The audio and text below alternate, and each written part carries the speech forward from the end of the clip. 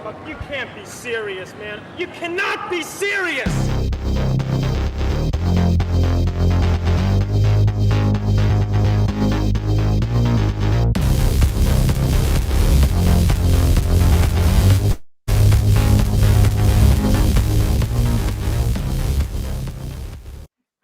All right, we are back for another edition of Sirius Sports. And I got my buddy, Al, Mr. Sirius Dog. What's going on, Al? Nothing much, man. Getting ready for some Aquarian topics tonight, I believe. And we're gonna get out there with some highly Aquarian shit. We're gonna fuck with some Aquarian shit tonight. That's a fact. That's me trying to be young and hip and urban. We're gonna fuck with that Aquarian shit tonight. Urban language is so painful and disgusting. Like the way that we're gonna fuck with some shit. Like, could it get more grotesque? Could it get more awful? And like really, the term, like I fuck with this means like I associate with it. I like it. Like, okay, I fuck with Robert Phoenix's channel. That's a way of saying I associate with it. I like it. It's just the worst, most awful way to say that, you know? It's really weird because it's an example of inverted language, right? Like, 10 years ago, we would say, oh, well, I fuck with this or I fuck with that means you're trying to fuck it up. Exactly. Right? You're trying to ruin it. Ruin it. And now it's become kind of a term of endearment. And I really picked up on that when I was watching Gil Arenas' show. Okay. And Kenyon Martin was on there and they were talking about coaches that they liked. No, who was it? It was Bonzi Wells and what's his name? Rasheed Wallace. And they were talking about coaches they liked, and they said, yeah, I could fuck with him, meaning that they could roll with that guy. Yeah. Right? I'm like, what? Where did that change? Like where nobody sent me the memo on that. When did that change? Yeah, and it's like they wouldn't say it like that. They would be like, oh, I fucks with this coach, FUX. Yeah. And it's just like the inversion of the English language at a certain level is a crime. You know what I mean? Like, some people should do time for this at a certain point. Yeah, it's just really, really bizarre. And even goat has a little bit of that connotation. Goat, it's just been so overused for the last decade that it's like, guys, think of a new phrase. You know what I mean? The goat was somebody who would invariably fuck up, right? It was like, if you were the GOAT, you were the reason why your team lost because you wore the goat horns. And then I think GOAT changed with Jerry Rice, and it just started being the greatest of all time. So I could pin when GOAT flipped and it became like before Jerry Rice became the GOAT, you didn't want to be the GOAT. So now what happens? You can't use that term anymore for describing somebody who fucked up, right? Mm-hmm. So it's funny how language changes like that, and these meanings become inverted. Like even back where you are, right? I think the word bitchin' was used, right? Like bitchin' is a real New England sort of thing. I can't verify that. Yeah, well, it kind of is bitchin'. It's a bitchin', right? Bitchin' thing. Anyway, even that got inverted, right? Bitchin' was like somebody was bitching, and then it became bitchin', and then it became kind of bitching again, right? Because nobody says, "Hey, that's bitchin'." Nobody. That's bitchin' cool. They used to say that. That's bitchin' cool. Wow. Yeah. Yeah, it's weird. So like a phrase like, oh, I fucks with this, I fucks with that. You'd have to watch that behavior and that language, and you'd have to train yourself to want to talk like that. Or you train yourself like inadvertently by watching a bunch of these podcasts. Then before you know it, you're talking like that, and it's just your entire speech has been inverted. Like I use that phrase specifically, like, oh, I fuck with this, I fuck with that. And the person I was talking to didn't know what I was talking about. And they're like, wow, you want to, they're like, you want to fuck that up? Like, what's wrong with you? You know what I mean? So it's just, but it's crazy because it's like, I can understand why, if you're a young basketball player, you watch Rasheed Wallace's podcast or whatever, and then you're talking like an idiot. You know what I mean? 2 weeks into watching it. Yeah. So. Yeah. No, so it's a fascinating exercise to watch language change, distort, take on different meanings, and be old enough to witness it. Just like at one point in time, gay meant something else, right? Gay meant happy, right? It was like, oh, isn't it a gay morning? This is, it's it stopped raining and the clouds are out and the birds are singing, and the mood has put me in the day has put me in a gay mood, right? And then that changed, and even the weird queer changed, right? Queer meant something unusual. Like, isn't that queer? Isn't that a queer thing that this person is doing? It didn't mean what it means now, right? So it took on a very different connotation. So the mutability of language is really, really a trip. And really a fall in literacy is what I'm seeing as well. I mean, if you study how some of these sort of ghetto demographics spell things on the internet, it's a trip. Oh, it's terrible. Internet spelling is terrible. Oh man, it's really bad. And like, you'll see like a mainstream rap artist, they'll like, tweet like a little paragraph or something, and they'll spell like, instead of I don't, we all know how that's spelled, right? They would use ION, like I own, like I don't, you know what I mean? Or what's another one? Like it's just really, really bad. Like it's crazy.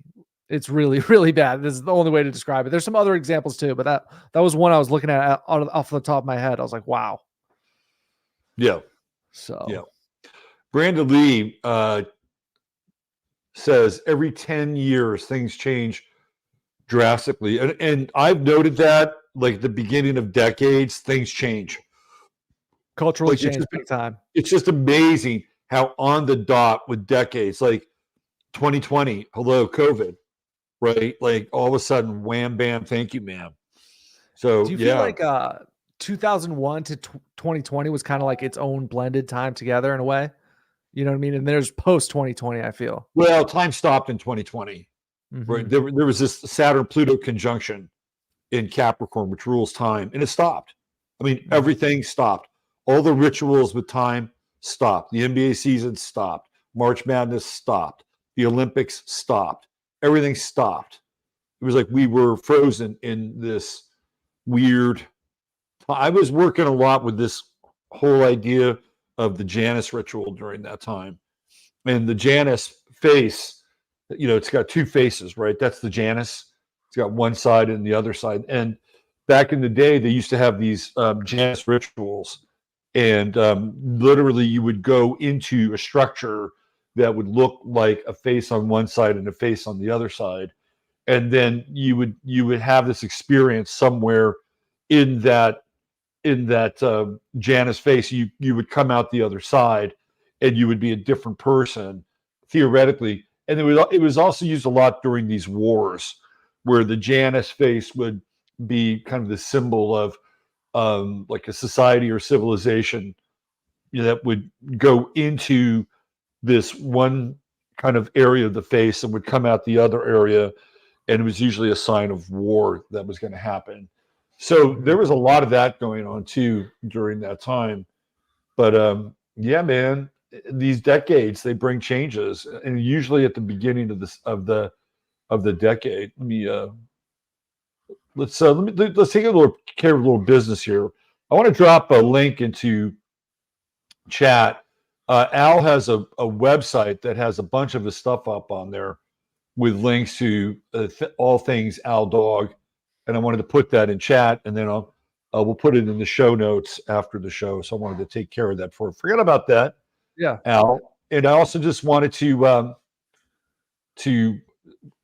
say hi to some folks. We got the lovely and talented one, Joe Ness, Mr. Tom Jordan, Bodhi Sativa, my man Robin, WC Ray. Yes, we are going live. Jackie Delario, Daniel M, Dory McLean, Jake Gucci to Goats. We got another published author in here, Al.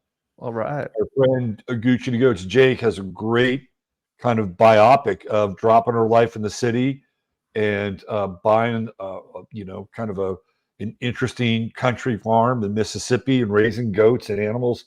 It's a great read. Wow. Olivia Proverse is here. Trish Yamamoto, Sirius Sports to lighten up for Monday. Is it still a spoon? Question mark. Is that a Matrix reference? Maybe. Catherine K. Hi, Catherine. Fuck can be a noun, verb, or adverb in a sense. Fuck can function a lot of different ways. Fuck is a utility, multi-utility word. Let's see. Vince Duggar is here, and Vince is a longtime San Francisco guy. Go Niners. Rich J coming in. Kelly and kids. Dorian McLean, the aforementioned Brandon Lee, my man Steve Thor at the door. Seeger, the mutability of the species is the rub. Absolutely. Good to see you, Seeger. Jay, things changed around 2012 for me, like a feedback loop. Did you notice any changes around 2012? I did, yeah. Honestly, I think 2012 was like the peak of marijuana. Like I really do, because it was still sort of pseudo illegal at the time, becoming decriminalized. It was still sort of culturally underground. And that's when I think it peaked in 2012. That's my impression of 2012. But I do remember a bit of a shift, and I liked it. I thought 2012 was awesome. There was a big shift in hip hop culture. That's when drill music started in 2012 with the emergence of Chief Keef from Chicago. So, can you enlighten our audience as to what drill music is? So, drill music is rap music where it's almost primarily about shooting people. And oftentimes in drill music, they reference specific crimes, specific gangs, and they oftentimes snitch on themselves in music video format, practically outlining their crimes on YouTube. Like it's pretty dumb, but it's become wildly popular globally. I guess somebody who's not a drill artist, this isn't a drill artist, but Young Thug is on trial for facing RICO charges right now. He's not a drill artist, but a lot of his lyrics and references to specific crimes are being used against him now. So drill is discussing trash. It's essentially tribalistic war drums and hypnotic rhythms and chants being used as a form of warfare. And for people like me, entertainment, which is kind of sick, but it's true. So I'd say that's drill music in a nutshell. Well, thanks for getting us caught up on drill. Drill is another one of those interesting words, right? Like you can use a drill to drill something. Mm-hmm. It's also slang for screwing somebody, right? It's also a word that can be used to describe what happens on a football field. Like when somebody gets hit, the guy gets really drilled, right? Or they use it for baseball when a pitcher hits a batter, he drills them. And I guess it's also used in terms of like killing somebody too, right? Isn't that part of it? Like yeah. Military, like a military tactical drill would be another meaning as well. It could be a slang for a weapon, my drill. Right. And then a fire drill, which is kind of like a tactical drill. There we go. An interesting usage of one word. And of course, there's the drill pickle. Can't forget the drill pickle. Let's see. Who else do we have? Nora Rashid is here. What's going on? Nora, this is a good comment from Seegert. I paused watching Black Sunday for this. Have you ever seen Black Sunday, Al? I have not. What is it? So Black Sunday is this movie that I remember watching as a kid, and it's from this. I think it's from the 70s, like somewhere where like 77, and it is a terrorist group who are, I believe, Palestinian, and I think the guys that made the movie were these Israeli filmmakers. I think it was either Canon Films or Menachem Golan and Globus, one of the two. So these Palestinians are going to take a blimp filled with explosives and crash it into the Super Bowl. Right? That's what this whole movie is about. And I think it has what's her name? Martha Keller, who is a German actress. Bruce Dern, who's a crazy fucking American, which he always plays. Robert Shaw, who is, I think it was one of his last films. He was in Jaws. And he plays, I think, one of the guys out to get the terrorist. I saw it recently, I don't know, maybe about a year ago. I thought, oh, let me go back and revisit this movie. And I found myself rooting for the fucking terrorists, and I had to turn it off. It's like, Is it a comedy? Is it a comedy? No, it's not a comedy. It's Okay. actually again, it's kind of borderline, like, international crime thriller, pro-Zionist statement, and disaster movie, kind of all rolled up in one.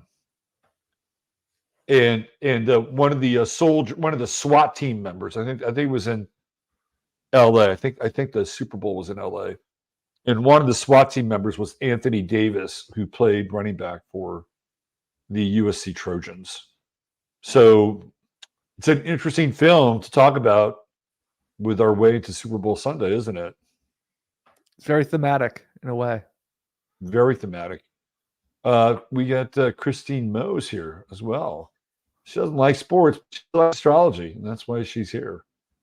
Let's see, anybody else? Did I freeze? Oh, I froze again. It's my one night freeze. Yeah, you do usually have one a night. Yeah. It's funny where like it pauses. Right now you look rather inquisitive, like you're fielding a question, so it's not that bad of a pause. It doesn't look that bad. I've seen others where I look like, I've got autism, or no, not autism. Something wrong with me. I don't want to diss autistic people. All right, let me see if I can refresh this. Okay. All right, here we go. And I'll give people a brief little rundown of what we're going to talk about tonight, because we're going to talk about some interesting topics indeed. One thing is Peter Thiel. Okay, this guy Peter Thiel, I know the basics about this guy. Billionaire, tech billionaire. He's into blood. He's a homosexual, as I recall. He funds sort of right-wing, sort of Zionisty things.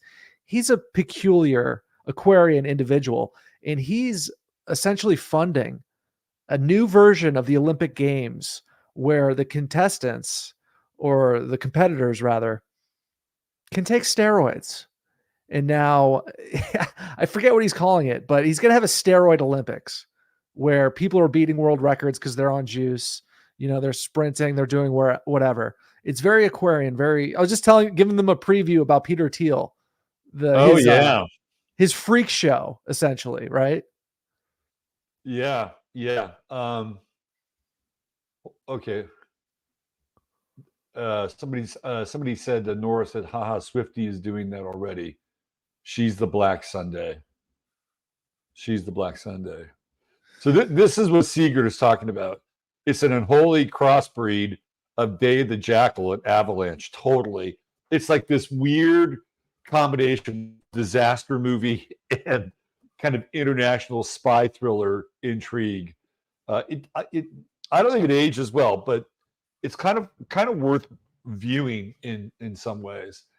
So where do you want to start out? Do you want to talk about this Peter Thiel thing? You want to dive into the run up to the Super Bowl? Where do you want to go? I mean, I definitely want to talk about the Peter Thiel thing, but before that, perhaps we should talk about this Jacksonville Jaguars $20 million heist. Oh yeah. Let me see if I can punch that story up. Yeah, I got it right here. I'll just copy and paste it in the chat. Yeah, why don't you go ahead and do that?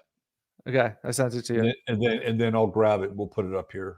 Yeah, because I was reading it before, and I have some interesting takes on this for sure. All right, let's see what we got.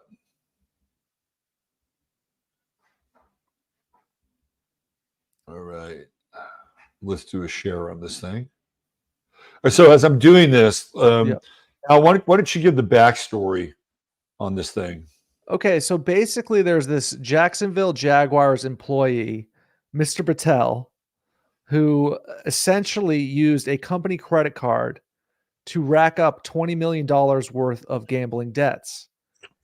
And now FanDuel is asking, the Jaguars are asking FanDuel, hey, can we get that money back? and FanDuel is telling them to go F themselves, essentially.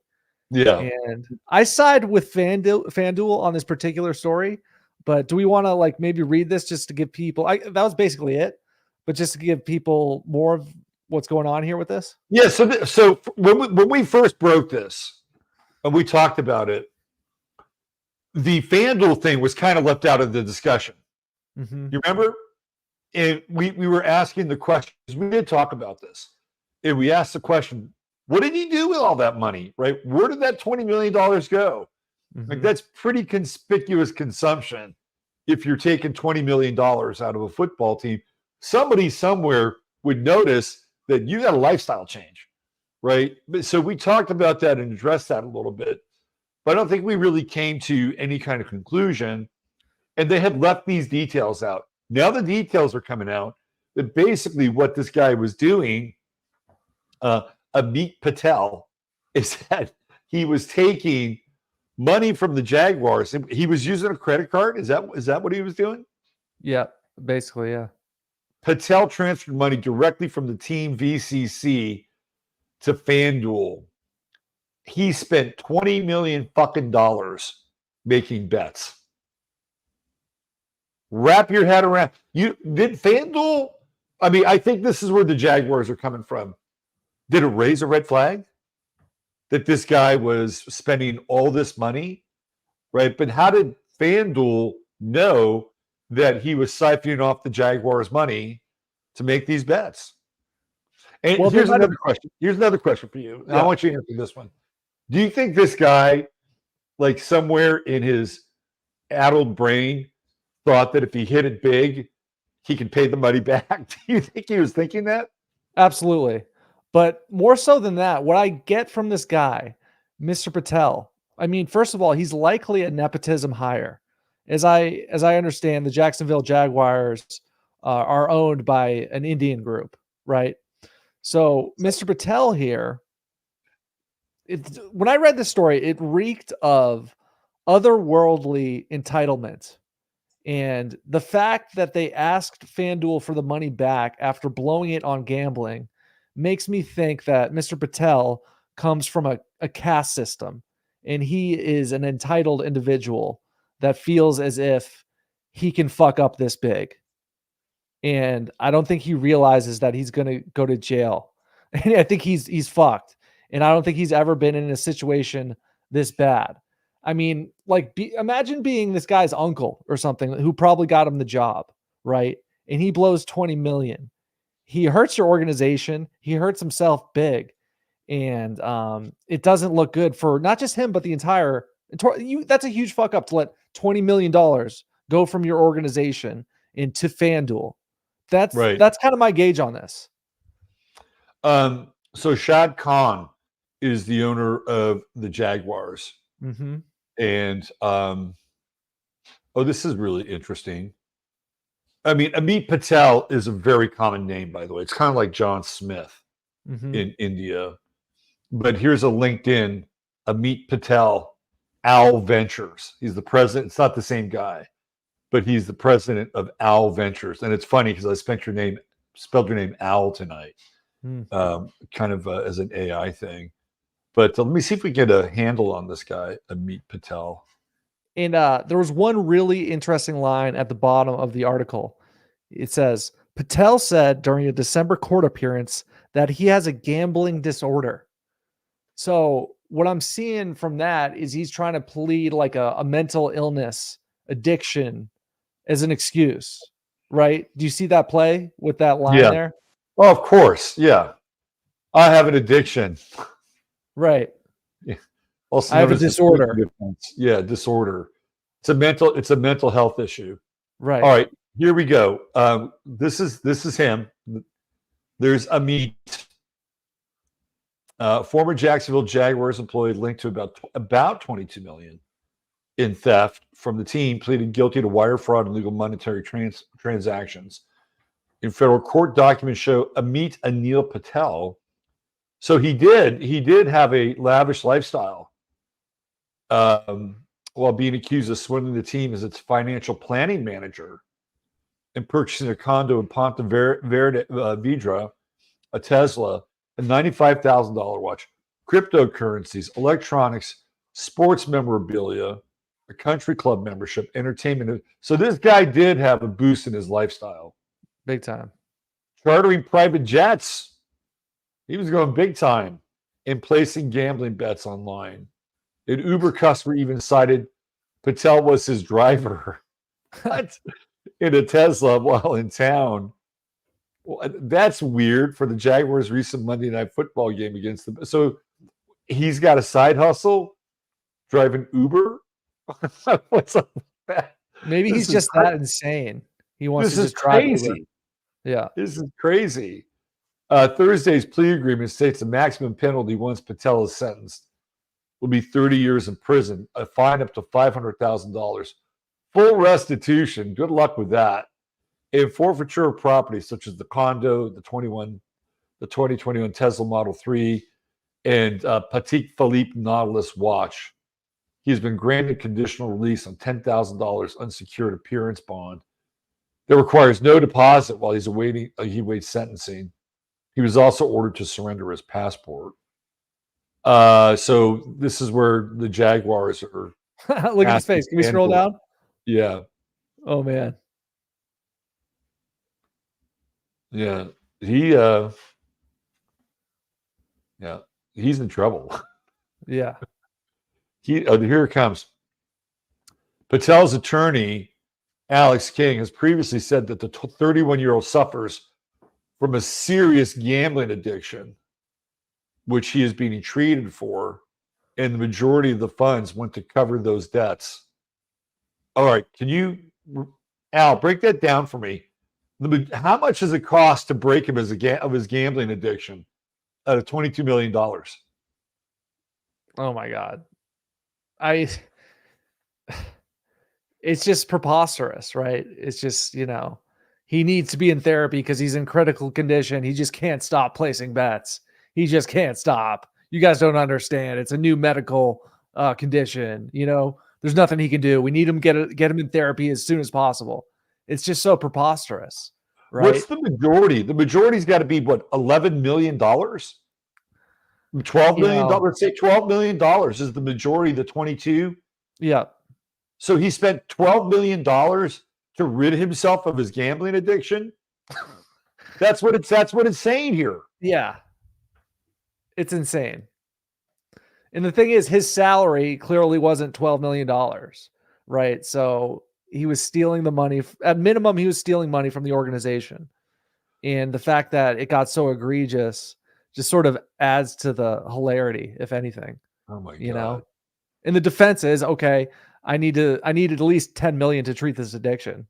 It's like, this is so ridiculous, but it's just funny, man, because it's like within the last 2 weeks, I get this sense that professional sports with the proliferation of gambling is becoming this comical absurdity, right? We've seen this guy's a joke, right?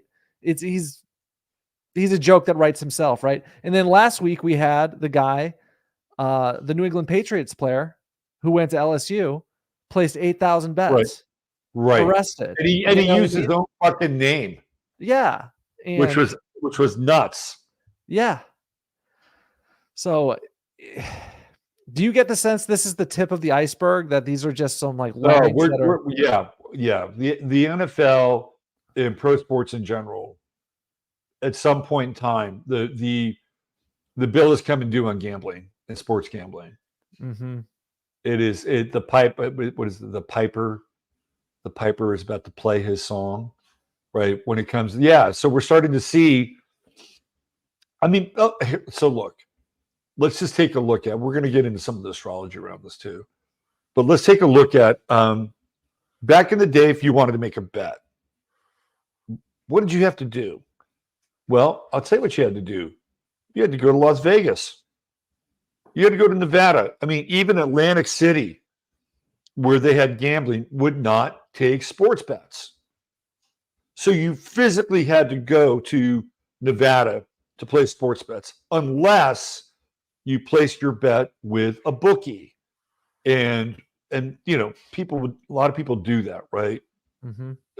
So to make that bet, You actually had to go to Vegas or Reno, which would require travel, or you had to deal with some shady motherfucker from the underworld, basically, right? That was it. So there were like filters and barriers for people if you wanted to spend. Those are gone now, right? They are gone. And I watch a lot of kind of YouTube sports. In any channel that has even like a moderate amount of traction, all of them have gambling sites as their sponsors. Big time, dude. It's the same thing with regular AM, FM radio. I listen to that a lot at work. They're all pumping the gambling sites. All of them. Right. And not only that, like if you're a big time celebrity like a Jake Paul or a Drake is pushing gambling websites now. Yeah. And there's going to be a lot of casualties the next 10 years. A lot of people are going to get fucked up. They're going to get themselves in some serious holes, it seems, or develop serious addictions,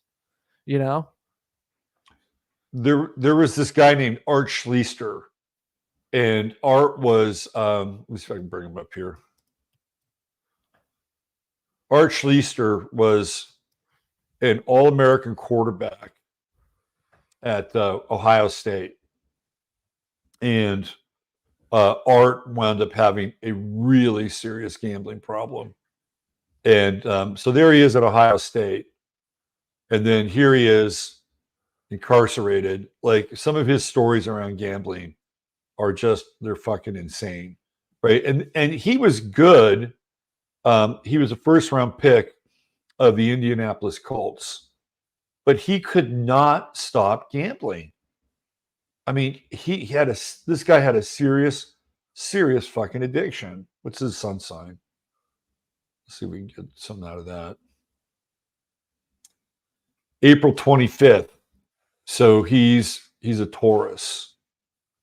And we have Jupiter in Taurus right now. And we have Uranus in Taurus. And a lot of this gambling stuff really came up during this Uranus and Jupiter and Taurus run, right? Uranus being the like electronics, the internet, the speed and the rapidity. Taurus being hard assets, money. Jupiter kind of blowing it all up and making it bigger, right? A lot of froth here with Jupiter, Uranus, and Taurus. And there you go, Art Schleister, early degree Taurus, demonstrating like some, because Taurus is a fixed sign. Then the opposite sign with Taurus is Scorpio. So that's other people's money, right? And a lot of times, if you have a gambling addiction, you're going to tap into other people's money to try to, settle the score or, equal, balance your books, right? So I think there's an astrological component here to all this. That's interesting. Yeah. Art Schleister was pretty pathetic. I mean, this guy was playing in the NFL. He was a first round pick, and he just could not stop the addiction, right? It's the thing inside of his brain. And now they've just made it so much more easier and accessible. I'd love to get your thoughts on this. It kind of equals, in some ways, the legalization of marijuana. I was thinking the same exact thing, man, because I'm thinking to myself, like, illegal, legal, it definitely affects accessibility. You know what I mean? Whether it's gambling or pot, accessibility increases use. Yeah. It proliferates it exponentially. You know what I mean? Right. Whether it's pot or gambling. I never gambled until it was legal. Once it was legal, I have a smartphone. Boom, boom, boom. It was every Saturday, practically. So yeah, that's interesting. And it's sort of like the libertarian arguments that were especially popular in 2012. I was a Ron Paul 2012er, right? Yeah. Those arguments are getting destroyed nowadays because when you combine capitalism with vice, it's a buffet for vultures. Absolutely. Steve has a really interesting comment here. I bet gambling is a gateway drug to fentanyl. I don't know, man. I don't know. So if you bottom out, you're going to want to use something while you're on the bottom, right? What do you think? Potentially, or you might be addicted to people that I know that like gambling the most also like Coke. Okay, it's kind of that high roller. I'm the man, like, oh, we're winning bets, we're doing blow, we're drinking, you know what I mean? It's kind of that high flyer sort of Wolf of Wall Street archetype that I find that people that I know, not really looking for a downer, not really looking to pass out drooling. You know what I mean? It's more the opposite. What happens if they bottom out? I don't know. I've known a handful of people who had opiate problems, but I've never really like seen it. You know what I mean? Like seen them do smack and things like that. So I don't really know. I've never really had a conversation with somebody like, hey man, you want to bottom out, don't you? And they reply yes, and they tell me, and then they go do whatever. I've never really witnessed it firsthand. Just sort of through stories, I've witnessed, people have problems with that, and maybe some classmate overdoses or something like that. So I don't really know. I mean, when they lose it all, yeah. Steve clarified this, and he says, "I meant when they lose it all." Mm-hmm. Right? So it's kind of like fentanyl is not the destination, but it's like the metaphoric outcome of losing it all. Yeah. Oh, so it's like they're almost suicidal, so they're saying, "Fuck it, I'm just going to do fentanyl." Right. I think that's what he's saying. Okay. Yeah. I could see that happening hypothetically, but I don't know if that's like a popular outcome. You know what I mean? I think it's more like depression, desperation, and then trying to recoup somehow. Okay, since we're on addiction, shall we talk about Pat Mahomes' third DWI? I think we should, because I had a really interesting thought about this, man. Do you ever think about subconscious sabotage, subconscious self-sabotage? I'll give you an example. Like sometimes I'll mess up at work and I'll think to myself, like, why did I mess up? That was so simple. That was so easy. And I have this idea, and other people have discussed this as well, this idea of subconscious self-sabotage, where it's like you don't want to be somewhere deep down. Yeah. Your conscious doesn't act it out, but your subconscious might fucking actively sabotage you. And this happens in relationships. This happens in careers. This happens at jobs. This happens all over the place. Like it's like almost like your body's autoimmune response to something, like, or your subconscious immune response where you sabotage yourself. So when I saw this story of Pat Mahomes' dad, right, he's got his third DUI. I think to myself, I was wondering, I was like, is this guy subconsciously self-sabotaging himself because he feels as if he doesn't want to be on the big stage? He feels like deep down, he knows he's a drunk and he doesn't want to be in the spotlight. He doesn't want to make it this easy for Patrick. Do you buy into any of this subconscious self-sabotage? Oh, absolutely. I mean, so just to give you some context, in the book Man and His Symbols by Carl Jung, which is a great book, he talks about rite of passage. And clearly a society that is bereft of rite of passage, what happens is that the subconscious will seek out whatever it can in the environment for that person to experience something that's impactful and will cause them to change and to go from kind of one station in their life to another. And I think that you're kind of hinting at that when you talk about that. So the deeper ramifications are, where is Pat Mahomes III in his life, right? What is he? Now you would think that, he'd be super proud of one of his sons, right? Yeah. Who's this fantastic quarterback, Super Bowl winner, right? Like that's my kid, that's my boy. I'm sure Pat Mahomes Jr. has been pretty generous with the family and probably hooked them up and, given them a house or whatever. The guy will not have to work another day in his life, theoretically. So where's the rub here, right? Where is the rub? And maybe it's that fundamentally, like, part of him needs to break through to some other kind of level of awareness or phase out. Like, he's in his mid 50s, right? And he's around 53 years old. I think that's how old he is. And what's interesting is that astrologically, there's this thing called the Neptune-Pluto opposition that happens to everybody at that time. And it's kind of like a death in some ways. Like when you hit, like if you go back and look at lifespans and go back into, let's say, the 1900s, right? A lot of times people, if they hit 60, they were old, right? Life was tough, and lifespans reflected that. So when you look at that aspect, that Neptune-Pluto opposition at 53, that really meant something on a physical level for people. Like, they could be up against the clock, but because our nutrition has gotten better, well, it's gotten worse, but theoretically it's gotten better, and our lifespans have grown, that opposition often means a metaphorical death. Now, sometimes you'll have to let go of a person.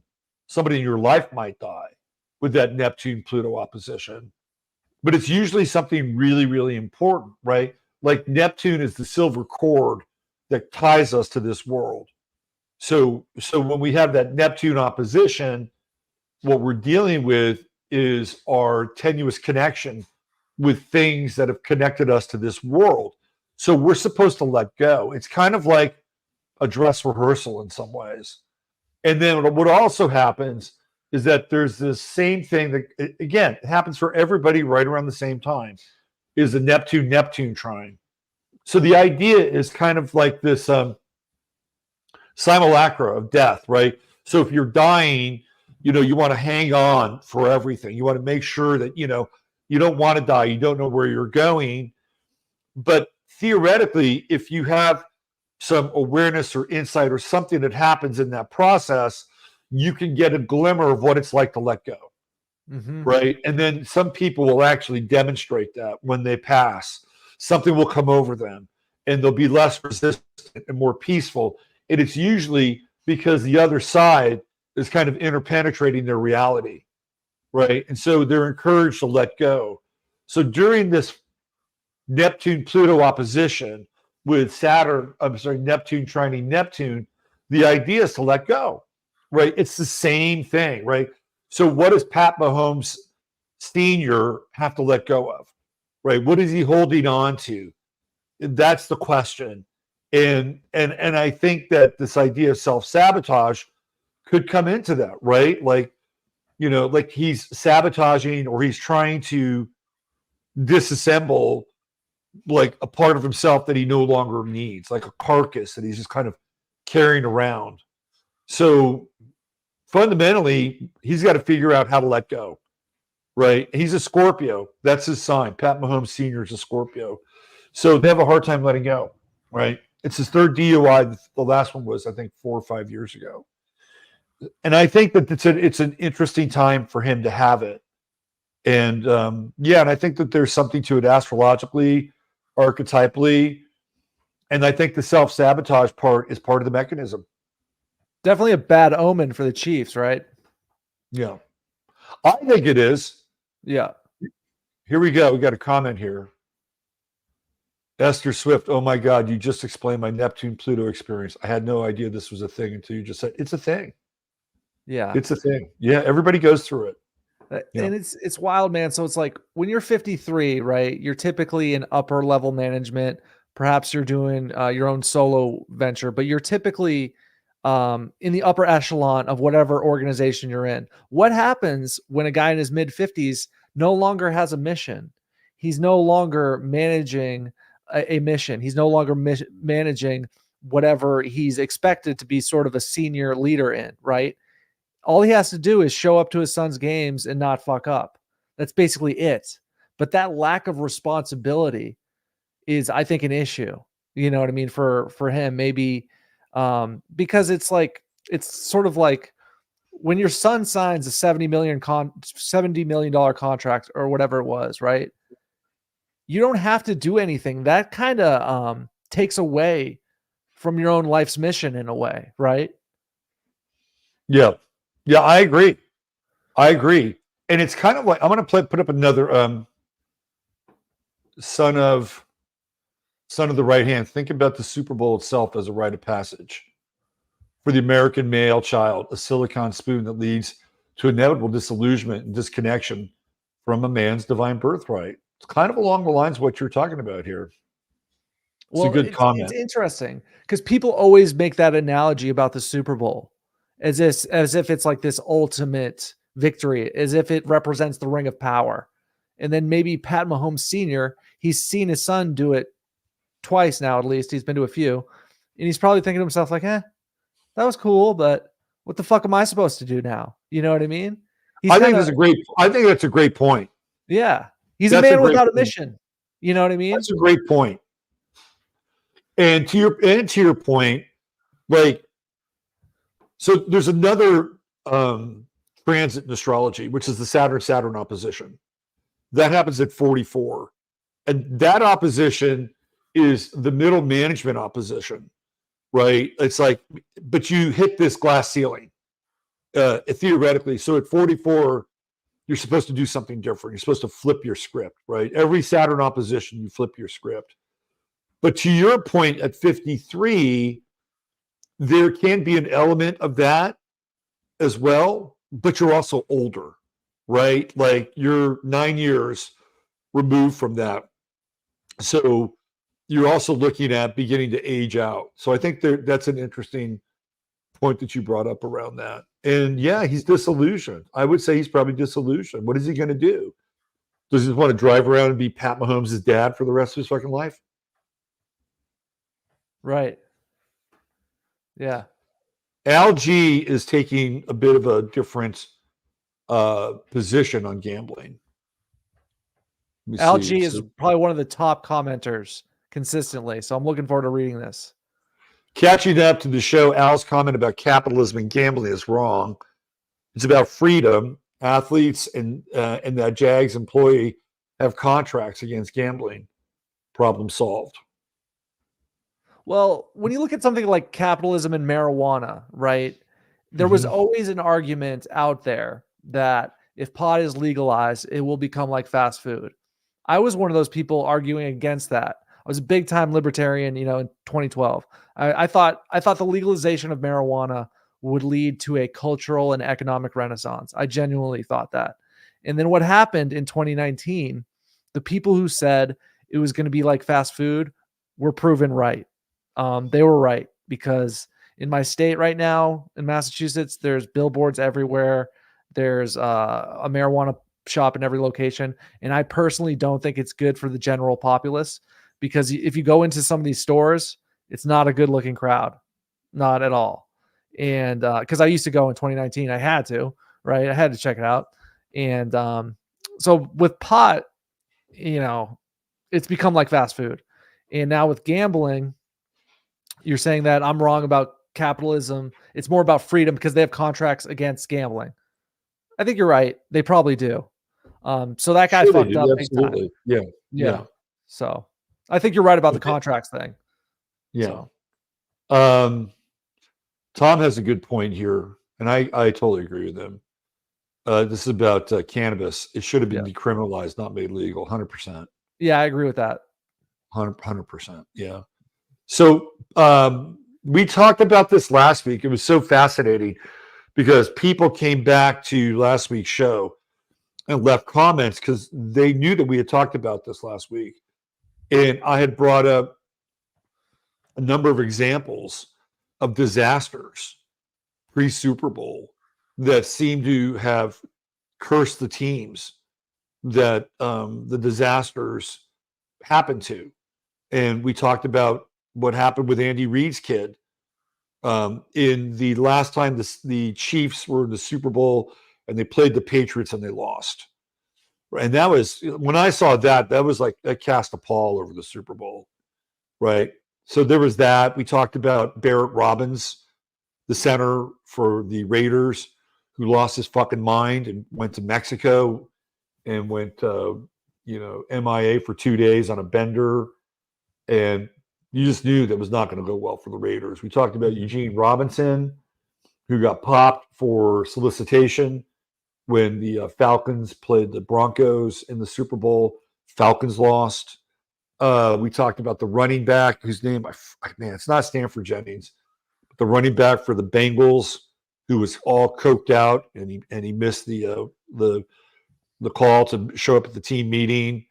And Sam Weiss had to come to his hotel room and basically tell him, you're off the team. You're probably never going to play pro football again. Bengals lose that Super Bowl. And even somebody like Chris Culliver, who was playing for the 49ers against the Ravens, and that Super Bowl was in New Orleans. Oh, Chris Culliver and some 49ers came out of a strip club at 3 a.m. And it's like, oh, shit, that doesn't bode well for the 49ers. Guess what? They lost. Now, this doesn't always happen, but when it does happen, it seems to clearly impact the team that it's related to. And so technically, it did happen in Texas where Pat Mahomes Sr. lives, but it also happened on Super Bowl week. So it's kind of falling in line with our talking points from last week. Yeah, it really is.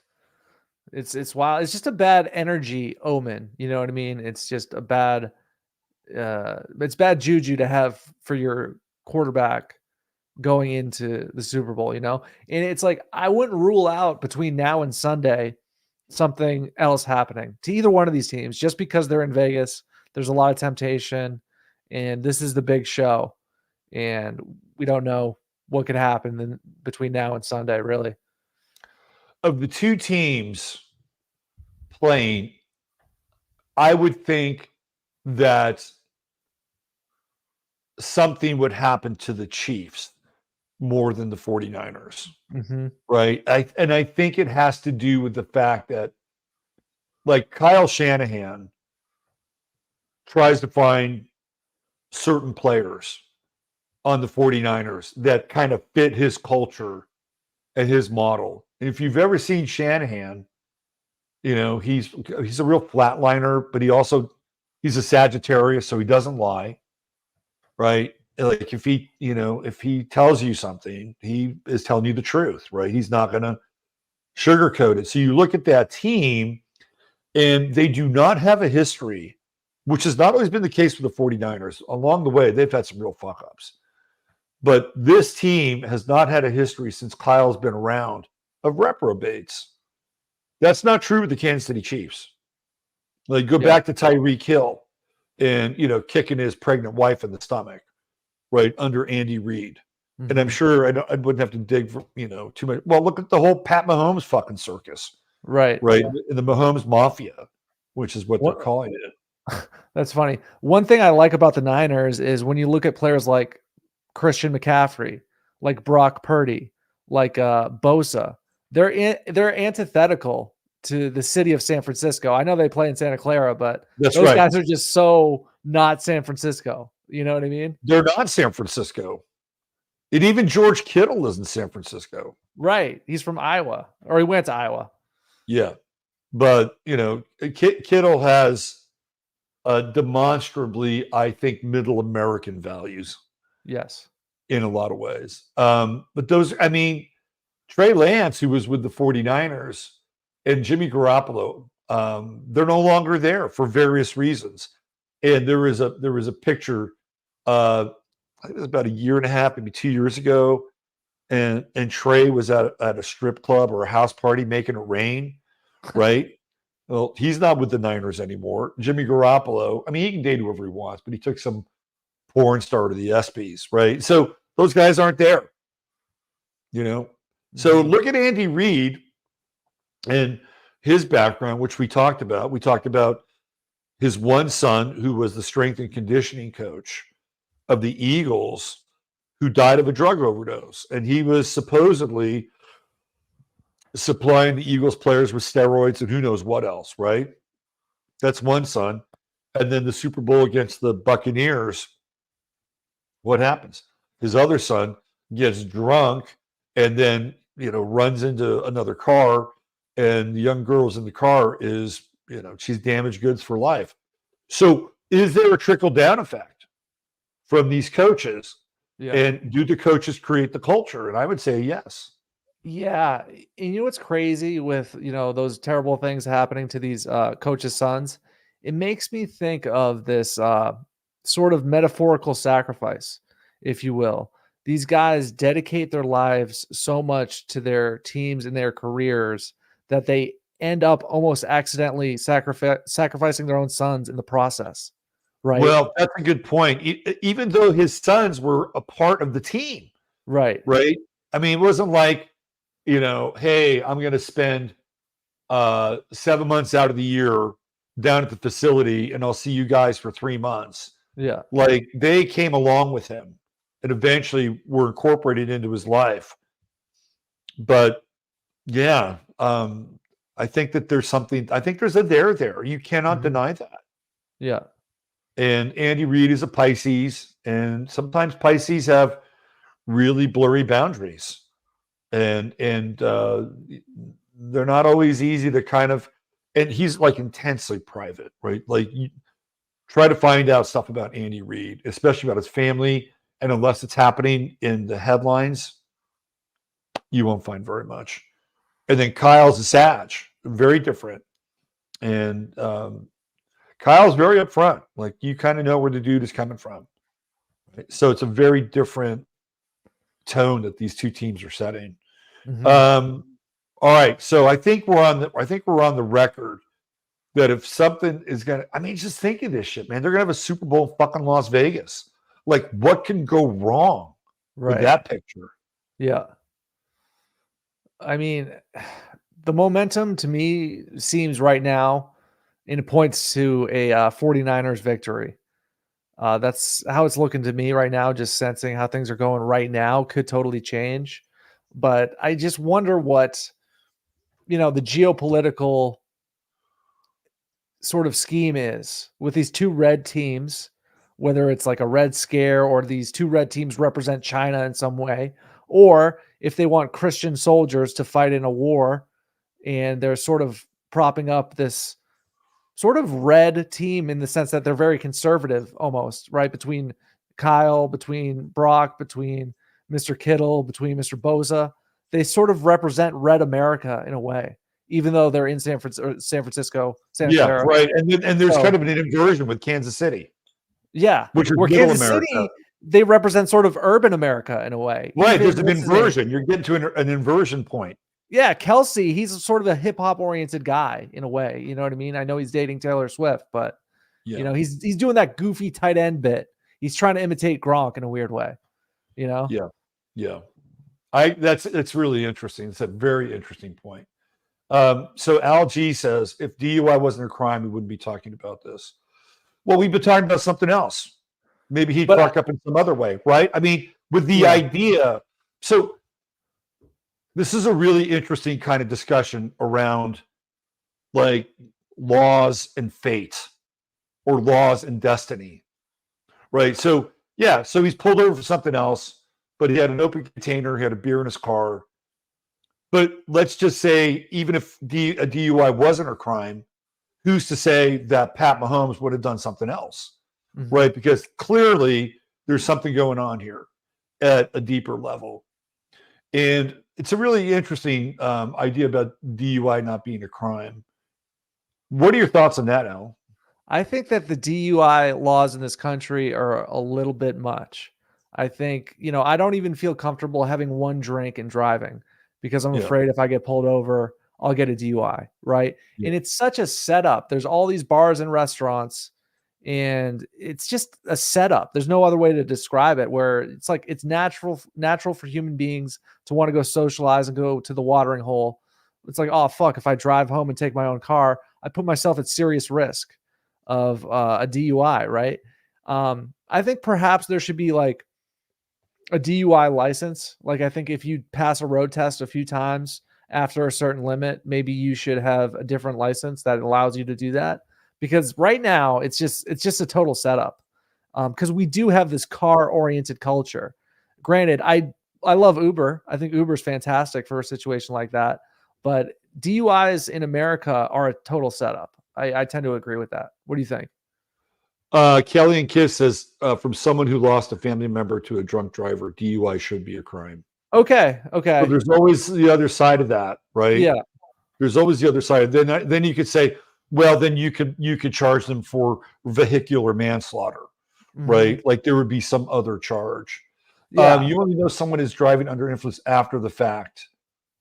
I would say yes and no. Like you can demonstrate erratic driving clearly. It can be. I mean, how many times have you been on the road where somebody is like weaving, right? And it's like, okay, you're either sleepy or you're fucked up, one of the two, or you're having a medical condition. Right. In a lot of cases, it's about being fucked up. Now, I'll play devil's advocate here. Drunk driving laws and the system, when you do get pulled over and have a DUI, is onerous. It's completely onerous. Like, for instance, there are situations where you'll like get your blood pulled, right? And you will not know through discovery for months, what your BAC was, right? And in that period of time, and that's all intentional. In that period of time, they'll bleed you out and get you to try to plead guilty, right? Because they're withholding significant evidence that has a lot to do with your ability to be guilty or innocent. So a lot of the drunk driving stuff is really onerous in terms of what they do on the other end of that experience. Yeah. Right. Yeah. So anyway, shall we pull on from drunk driving? Yeah. Yeah. I'd say generally it should be illegal, but there should be some sort of, like you shouldn't get fucked over for DUI if you have like a glass of wine and you get pulled over and you get fucked over. I think that happens to people. You know what I mean? Right. Granted, there are your state legal limits, but it's like, if you get breathalyzed, it's like you're fucked for the most part. You know what I mean? Right. Yeah. So I don't know. That's kind of where I stand with that. But we can get into some weird Aquarian Peter Thiel type stuff, which is interesting. Yeah. And again, just to put a cap on it, I think that something was going to happen to Pat Mahomes' dad at some point, whether it was being pulled over for drunk driving or fill in the blank, right? Like that's kind of where his chart is. Period. And we went through that, right? Like something he's dealing with something Plutonian. And Plutonian also has to deal with addiction. Anyway, we'll move on. Let's talk about Peter Thiel. Yeah. So I want to ask you real quick. Okay. So I told the audience earlier, I know the basics about Peter Thiel. He's like this tech billionaire, Silicon Valley. He's into blood. He's a homosexual, apparently. He might be right-leaning. He might be Zionist-leaning. He's in the background. Robert Phoenix, who the hell is this guy? Well, he's one of the founding fathers of kind of the Silicon Valley Mafia, right? And he comes in really early on with PayPal and starts to make a shit ton of money through PayPal. So you have Peter Thiel, Reed Hastings, you've got Elon Musk, who's kind of in that camp. Who else is in that? Mark Andreessen. Like these are the Silicon Barons that kind of start everything up. And PayPal, for a lot of them, is the hub, right? And then they invest in Facebook and all these other startups and IPOs and make a shit ton more money. So Peter Thiel is a transhumanist. That's what he is.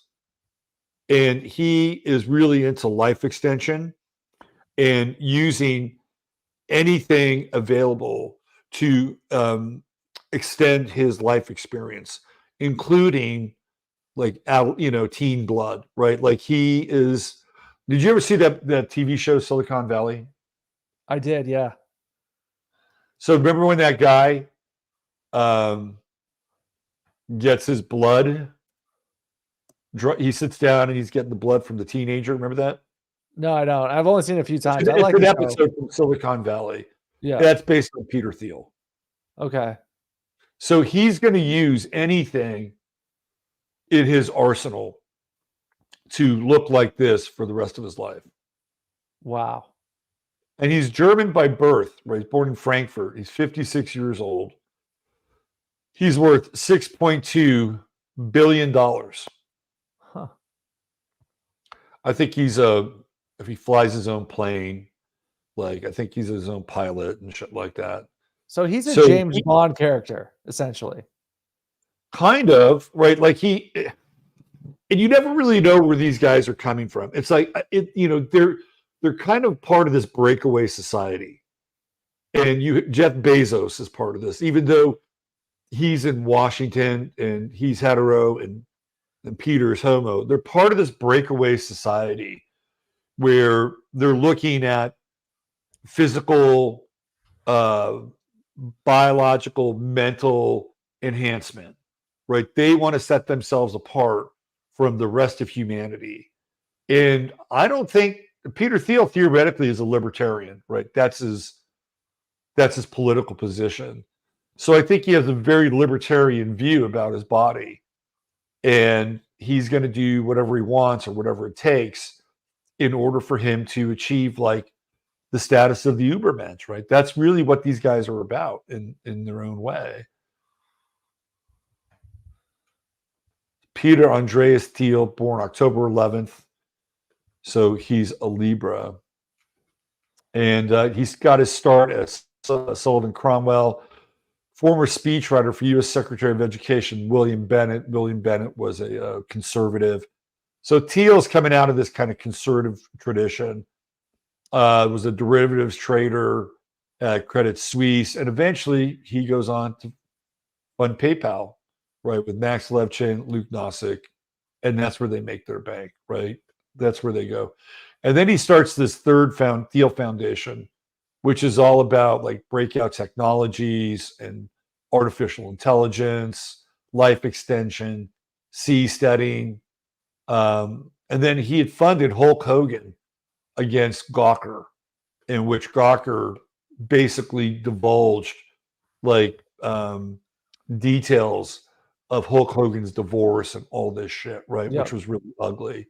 Yep. And because he had all this money from Peter Thiel, he won, right? And it was a huge, court decision. I think our buddy Dr. Shiva was involved with that as well, as I recall.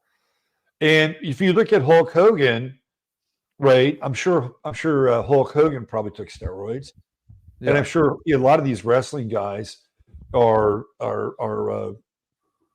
they're augmented beings. So and he probably loved wrestling, dug Hulk Hogan, and he was like, "Fuck you," I'm gonna, he put them into bankruptcy, right. So Peter Thiel is an interesting character. Looks like he was a D&D guy, really into Isaac Asimov, Heinlein. So you have Asimov's Foundation trilogy, Heinlein with, all of his really interesting stuff. So yeah, that's where he comes from. Tolkien. So he's an imagination, science fiction guy, totally into Ayn Rand, optimism, objectivism, anti-communism, is a Reagan guy. So he has this really interesting blend of being a conservative, libertarian, freedom guy, and augmentation. That's what's really into him. That's what he's into. He studies with Rene Girard, mimetic theory. Mimetic theory posits that human behavior is based on mimesis and that imitation can engender pointless conflict. Girard notes that the productive potential of competition. It is because of this unprecedented capacity to promote competition within limits that always remain socially, if not individually acceptable, that we have all the amazing achievements of the modern world. That's very Nietzschean, by the way. Like that's a very Nietzschean sentiment, but states that competition stifles progress once it becomes an end in itself. Rivals are more apt to forget about whatever objects are the cause of the rivalry, instead become more fascinated with one another. Thiel applied this theory to his personal life and business ventures, stating the big problem with competition is that it focuses on the people around us. And while we get better at the things we're competing on, we lose sight of anything that's important or transcendent or truly meaningful in our world. So he believes that competition is not an end in itself, right? That there has to be kind of this Valhalla moment with competition. So transcendence through competition. Exactly. You have to have this Valhalla moment. Yeah. So it's like Nietzsche, meets transcendence. Right. So he wants to enter different realms via competition. Right. And so here we go. The enhanced games. It's competition. So basically with the enhanced games, I mentioned it to people earlier, he's having a steroid Olympics. He's having a freak show. He's having an Aquarian transhumanist freak show. Right on time with Pluto and Aquarius. Yeah. Right. And I gotta say, I'm not a big freak show guy. You know what I mean? Like I'm not into like freaks, you know what I'm saying? But this is somewhat interesting. Oh, I would watch this. I would totally it's gonna be hard not to watch, to be honest, right? The steroid games. Let's read this a little bit. So here we go. Gawker comes back up again. Oh, God. The venture aimed at aiding research into nutritional supplements and biohacks that push the boundaries of human performance is the brainchild of Dr. Aaron D'Souza, a lawyer by training who famously conceived Thiel's lawsuit against Gawker Media. He plans to provide more details on April 17th and promote the controversial concept in Paris during the Summer Olympics. So he's planning this right now. This is all Pluto and Aquarius shit. Thiel is among several high-profile venture capitalists who have backed the project, including Christian Angermeyer of Aperion Investment Group and Balaji Srinivasan, the former chief technology officer of cryptocurrency exchange Coinbase. D'Souza would not reveal how much money was raised, telling the Post that it was in the high single-digit millions. The sum is enough to produce the first games.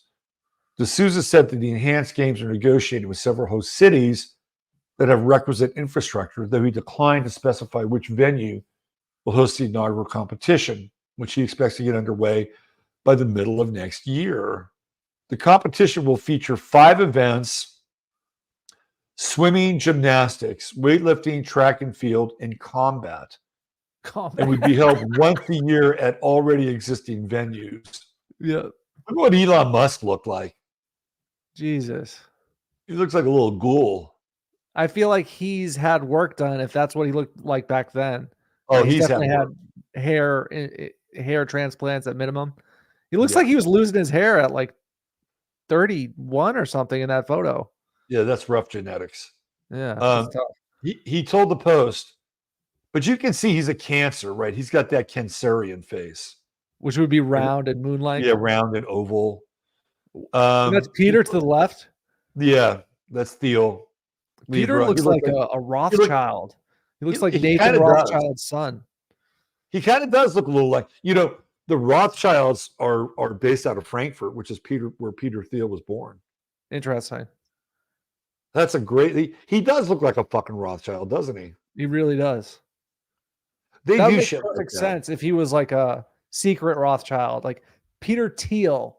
I always think about what does teal represent? It's like this bluish, futuristic blue teal. Right. It's a color.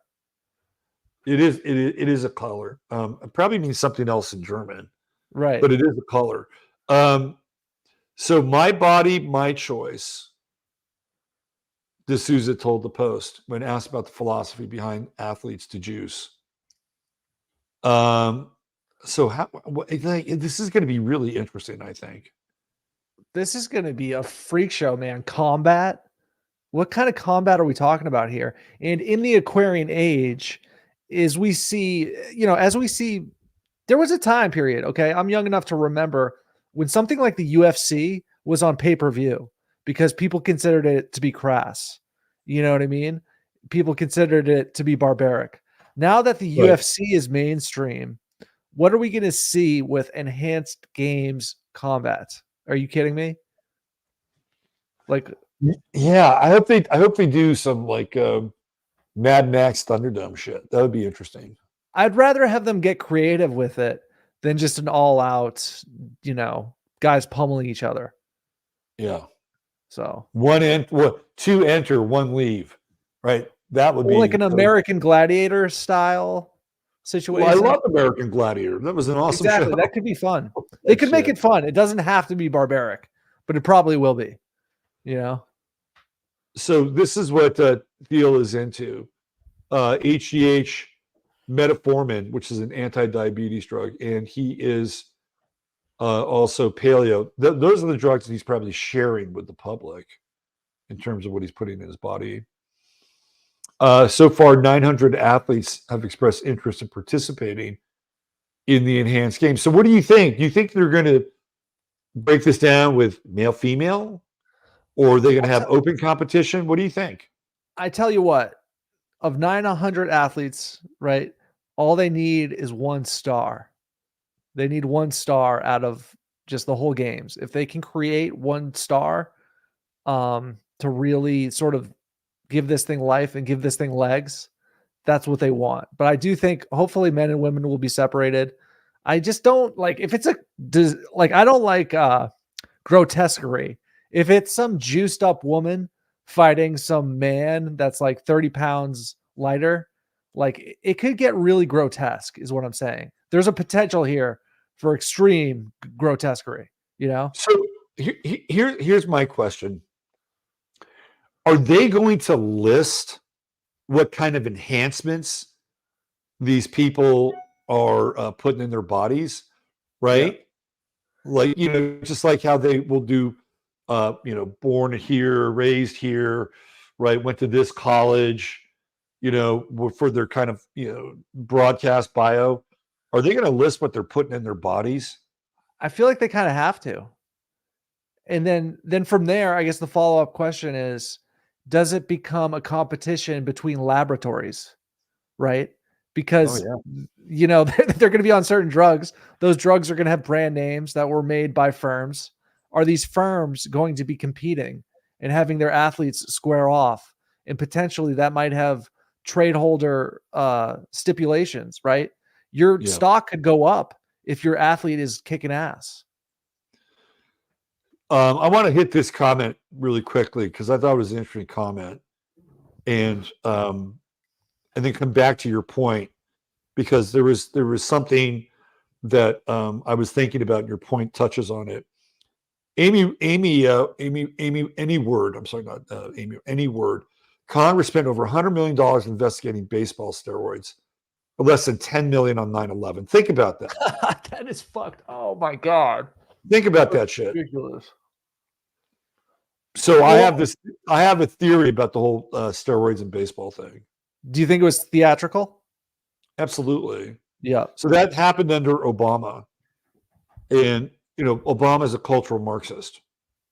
So they went after baseball and steroids because they wanted to break down America's pastime. And then they went after Lance Armstrong, who was this guy who was clearly at the pinnacle of his sport. Like he took cycling to no place even Greg LeMond had ever taken cycling, right? Yeah. So they went right in and started doing a wrecking ball in American institutions. And I was aware of it when it happened. It fucking pissed me off. You're fucking wasting our time for this bullshit. Right. Yeah. That's insane. So back to your point, one star. What happens if there's this one star, this one breakout character, and then you're, 10 years old, 11 years old, and you're watching the enhanced games, right? How does that impact a group of 10 or 11 or 12-year-olds who now see this thing and say to themselves, I want to be that guy, or I want to be that woman?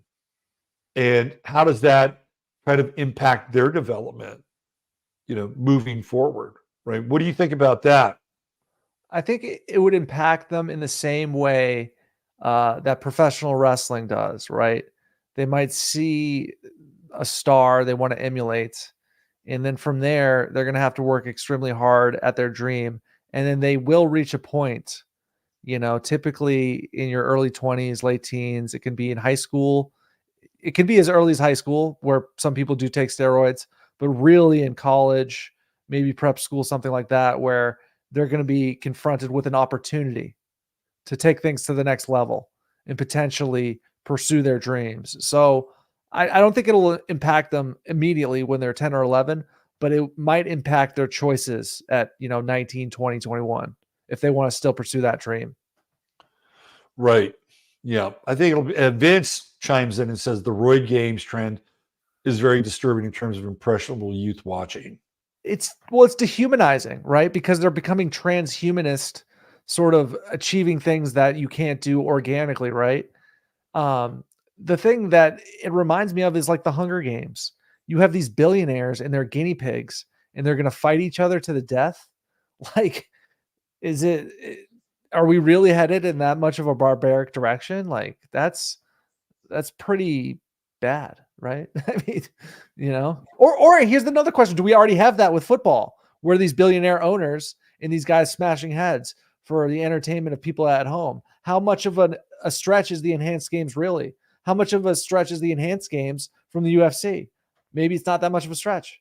Maybe we're already there. I think we're already there. And I think steroid use is rampant in football. And I really don't have a problem with it. I mean, first of all, it helps recovery.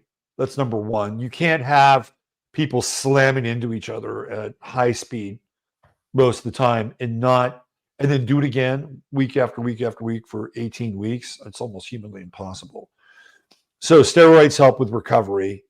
And it's like, fuck it. If that's what you want to do with your body, do it to your body. That's my take on it.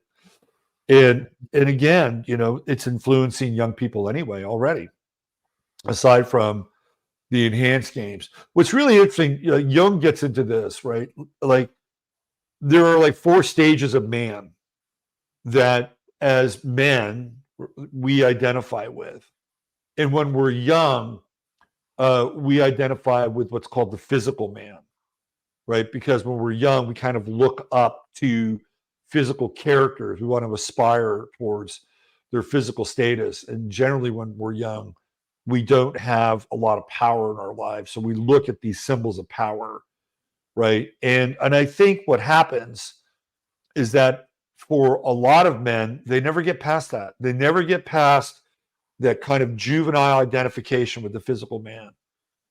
And with the enhanced games, boy, it's like, the physical man, kind of taking on like a comic book hero kind of role. And dude, it's a brave new world, Pluto and Aquarius. Yeah. That's what I thought of. Like, just this is so Aquarian, just the enhanced games could not have happened in 2012, but definitely in 2024 and beyond. Yeah. And I think we're just seeing the tip of the iceberg. Mm-hmm. All right. How much of an impact do you think Apple Vision is going to make on the Super Bowl? Whoa. Didn't think about that. I think it's going to make I don't know about a huge impact, but there's going to be a presence for that. And Apple, it makes me want to turn into a bully, to be honest with you. I just want to freaking punch. You know what I'm saying? Like, why are these, I know that's crass or whatever, but it's like, why are these people shutting off their senses so voluntarily and just voluntarily entering a pod of an existence and just shutting themselves off from the outside world? It makes me want to bring back bullying to better these people, not to hurt them, not to, but I just want to stuff them in lockers just temporarily for their own good, and then rehabilitate them afterward, and then take them out and have a great time. That's what I want to do with a lot of these Apple Vision guys. What do you think about that? Do you know who Chris Knowles is? I would definitely recognize him because I recognize that name. Let me Google it. So he's been on my show a couple of times, and he has the Secret Sun Institute. Chris is really brilliant. Okay, he's a great Twitter feed. Oh, I've seen some shows with you and him. That guy's brilliant. That guy's really smart. He's totally brilliant. Yeah. And he had one of these, geeks with the Apple Vision, and it was he didn't create a meme, but he had some text under it. He said, "Hi, I'm a virgin and plan to be for the rest of my life." Dude, like, let's say if you get on that stuff at a young age and Yeah, you start watching porn and yeah, you're fucked for life. Like, that's gonna yeah. really Oh, fuck with some people. They're gonna, absolutely. yeah, it's a really bad combination. That could really destroy some lives. And wow. So Seeger said they've already been bullied into the Apple Vision. I think that's a great point. Yeah. And not by other human beings, bullied by society, I guess, into sort of a android existence, right? Yeah, Tough. It's yeah. tough because the whole thing is like, not only is that voluntary, people are going to pay $3,500 to become androids. And I just wonder in which directions is our species going to go? Because some people are going to become very, very healthy within the next century, right? And other people are going to effectively become androids, right?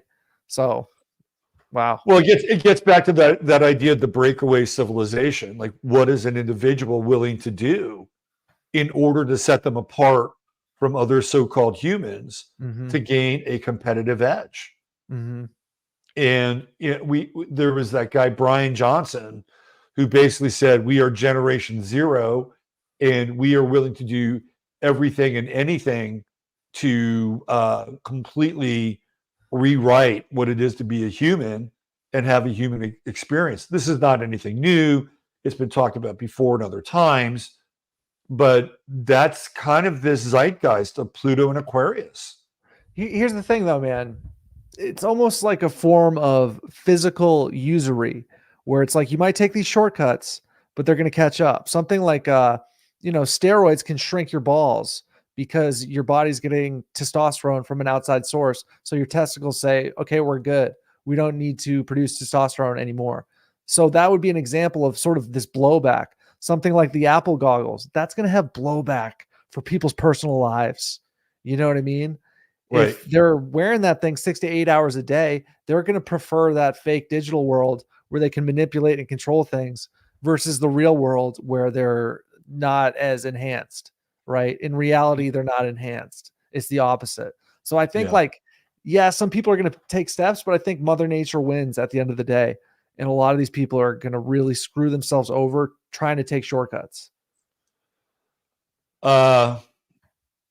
Yeah, I mean, I think the unintended consequences of the shortcuts are you could never really plan them out, right? And then what happens when you have an unintended consequence? Then you try to solve it. So you apply some other technology or some other technique, and then it takes you here and here and here. And the next thing you know, like the experiment's gone out of control. And now it's controlling you. Mm-hmm. And I think that that's really the unintended consequences around all this stuff. Kabuki Theater. Let's do Seeger's comment, and I want to do Bo's comment. Post-humans versus transhumans, a race to the bottom of the doom spiral. I agree, Sigurd. Yeah. And then It's Bo like says, they're both going to the bottom in different ways, you know? right. Bo, and you thought smartphones changed society. Yikes, man. Yeah. Yikes. The screens. Back in the day, I forget what Super Bowl it was, but Apple announced, I think it was the Apple IIc. Have you ever seen that commercial?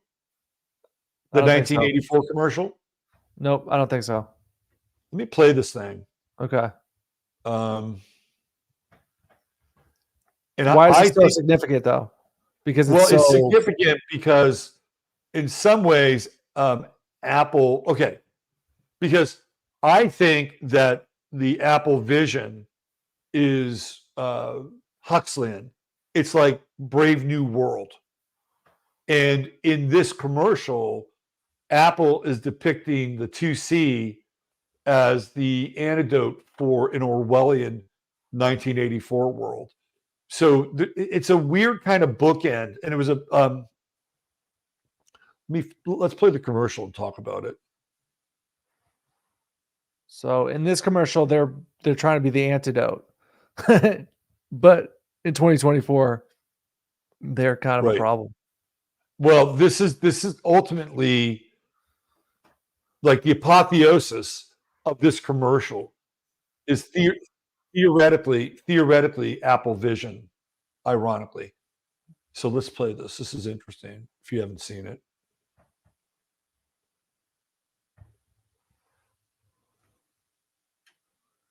The first glorious anniversary of the information purification. Oh, hold on. Come on, YouTube. Let's reboot it. Start from the beginning. Here we go. Today we celebrate the first glorious anniversary of the information purification directives. We have created, for the first time in all history, a garden of pure ideology, where each worker may bloom, secure from the pests of any contradictory thoughts.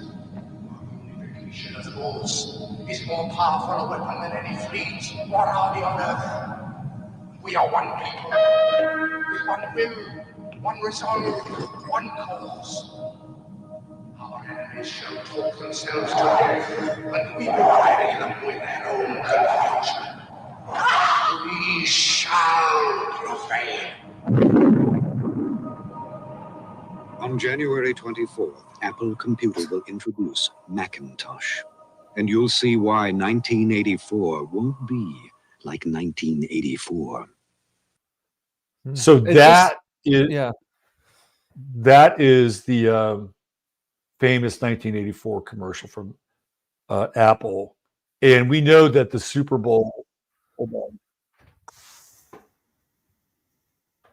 We know that the Super Bowl is known for its commercials. Yeah. So Isn't it just what weird can how we- all these What books, can we expect from 1984. Apple. Yeah. Go ahead. Isn't it just weird how all these books, Brave New World, 1984, Animal Farm, it's like we all have to read those in school almost as if those constructs, the social engineers want those constructs in our minds. You know what I mean? And yeah, So, it is interesting. It's an Yeah. interesting point.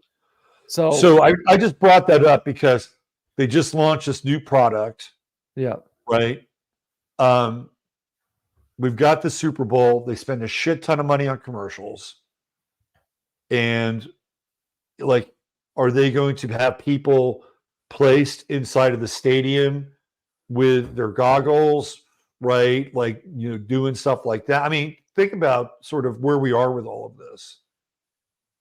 And I think it's going to be interesting to see the interface between this technology and the Super Bowl. Yeah, because I'm thinking to myself, if I'm, an advertiser at Apple, I want people to buy this product. We're going to have a commercial at the Super Bowl. What do we do? How do we go about that? How do we get people to buy? You know what I mean? You want product placement. You want somebody Okay. in the stands with the with the Apple Vision. Oh, Clearly product placement, right? oh, you know what I think they're going to do? If they were really, really smart, they would have a coordinator or somebody on the coaching staff with Apple Vision. That would be the best way to advertise it. Or here's what else you could do. You could have somebody, like I was watching Super Bowl 19 yesterday. Niners versus the Miami Dolphins. It's a fucking different world. It's like the halftime show, so different. Like it's bizarrely different. Like they've got floats and shit, and there's nobody well known who is doing any of the music, right? And it was a theme, a child's dream, and they would have a circus scene and a space scene and a pirate scene. Like that was all going on in the field. But what they did have is they had Tom Landry commenting on scoring plays. And Tom Landry had like an early version of a telestrator, right? So he was showing what Joe Montana was doing and where the play was going and how Russ, what's his name? The tight end for the 49ers. I forget his name now. But like how they would clear out the play. if I were the NFL and I were Apple, I would have like a player or a coach doing the same thing with Apple Vision. And you would see it through their eyes and them breaking down the play that had just happened. That's what I would do. Russ Francis. Thanks, Russ. Yeah. Yeah, that'd be kind of cool. Well, I mean, it would be a way to like seamlessly kind of integrate the technology, the game, and you wouldn't have some fucking dork in the stands, right? Like, I think you want to limit the dork factor. So if you had a coach that was doing it or a player that was doing it, like you could get Nina Kimes to do some shit like that or something. You know what I mean? Like have her put it on. And then all of a sudden it becomes cool and you see the game through different eyes.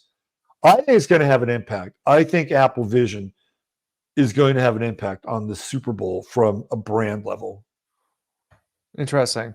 The only prediction I have for a commercial, it's almost certain, is that we're actually going to see a commercial for a college football video game. And it's rather significant because there hasn't been a college football video game since 2015, around there.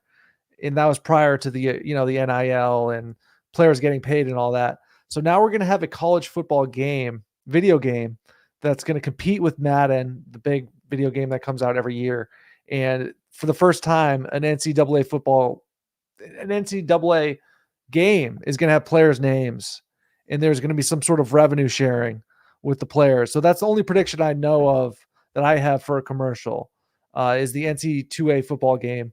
Also, this past week, we had the SEC and the Big Ten meeting to address some of the problems within college football, AKA they've taken the first step to form a super league.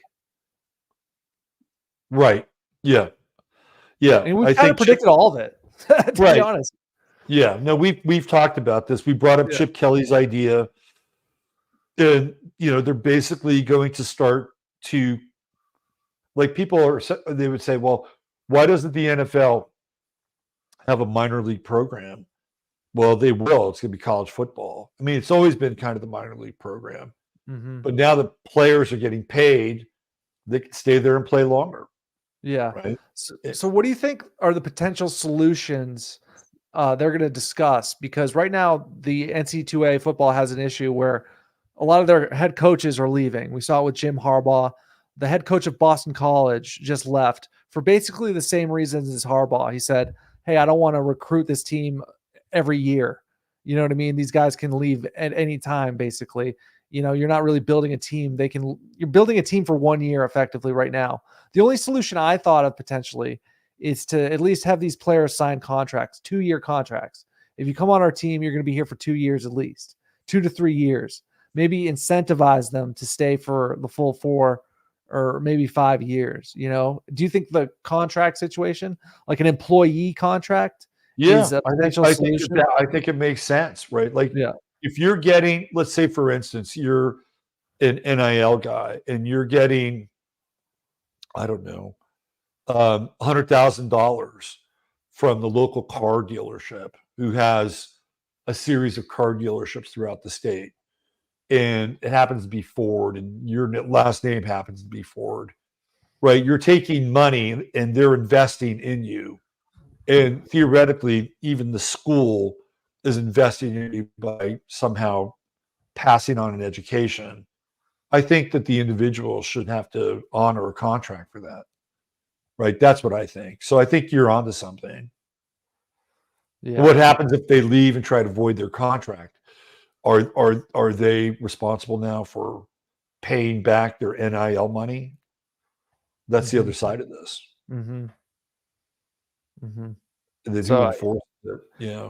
Because like the thing is, if it's a business, which it is, it's got to get treated like a business, and like people got to sign contracts, because right now it's just such a mess that we have head coaches leaving, starting quarterbacks leaving. It's just in this bizarre transition, you know what I mean? So it'll be interesting to see what happens. And I think this NCAA football video game commercial we're going to see is sort of symbolic of the future minor league. that it is just doesn't have that name yet. Yeah. Yeah. It's gonna, the whole thing is very Aquarian too, right? Like this idea that you enter a portal, it's fucking science fiction. Like you're entering this portal so you can show up in this other destination, like in another place in another dimension. And it's also like kind of every man for himself in some ways, which is again kind of Aquarian. Like we're seeing that with the enhanced games. Like I'm going to do whatever I can to get ahead, right? It's kind of the same thing with NIL in a lot of ways. So I think the way college football is going is also kind of commensurate with the astrology. This is going to be interesting. And I think this gets back to your contract scenario. What happens if that's true, right? And you sign a contract and you're being rewarded for your play. And then let's say you go to the pros and you're being rewarded for your play. Who's to say that you can't go back to college again? Right? Like, where does that stop? Mm-hmm. Well, I didn't get my degree. I'm only an underclassman. Oh, yeah, I didn't work out in the NFL, but I still have 2 years of eligibility. Right? Yeah. Like, where does that end? Right. Because it used to be if you declared yourself a pro, you are no longer considered an amateur, right? Exactly. So now with, this becoming a minor league, nobody's an amateur. They're all pros, effectively. Especially if you play in a league back into college.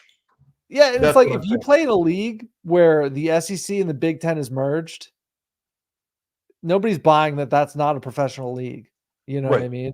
Right. Not an amateur league. Exactly. Oh, I still have 2 years of eligibility. Can I come back? Oh, yeah, sure. We need a quarterback. That's fucking weird. That's going to be crazy. And I think like a big question, remember Andrew Luck when he retired at like 28? I think an emerging question is like, how long should guys really play football for? You know what I mean? I think the early retirement thing will become more and more sort of prevalent, Well, especially if their college years are front loaded with NIL money. Right. Yeah. So, again, Brave New World. I mean, I think that's the theme here for everything.